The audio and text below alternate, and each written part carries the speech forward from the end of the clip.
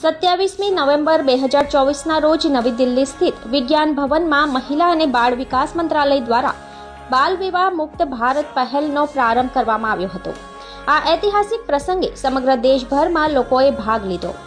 આ અવસરે બાલ વિવાહ મુક્ત ભારતની પહેલના ભાગરૂપે સમાજ સુરક્ષા અને બાળ સુરક્ષા સુરત વિભાગ તેમજ સ્નેહ ચેરિટેબલ ટ્રસ્ટ દ્વારા સુરતનગર પ્રાથમિક શાળા ખાતે કાર્યક્રમ યોજાયો હતો।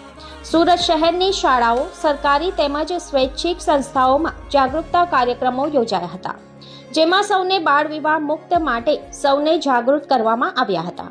આ કાર્યક્રમમાં શાળાના બાળકો લોકોએ તેમના ગામમાં બાલ વિવાહ રોકવાની પ્રતિજ્ઞા લેવામાં આવી હતી। આવનારા દિવસોમાં આ પહેલ સકારાત્મક પરિણામો જોવા મળશે। તમામ સમાજોમાં પ્રણાલિત ફેરફારો સાથે કાયદા અમલીકરણ એજન્સીઓના મજબૂત પગલાંના રૂપે 2030 સુધીમાં બાળ વિવાહને સમાપ્ત કરાશે।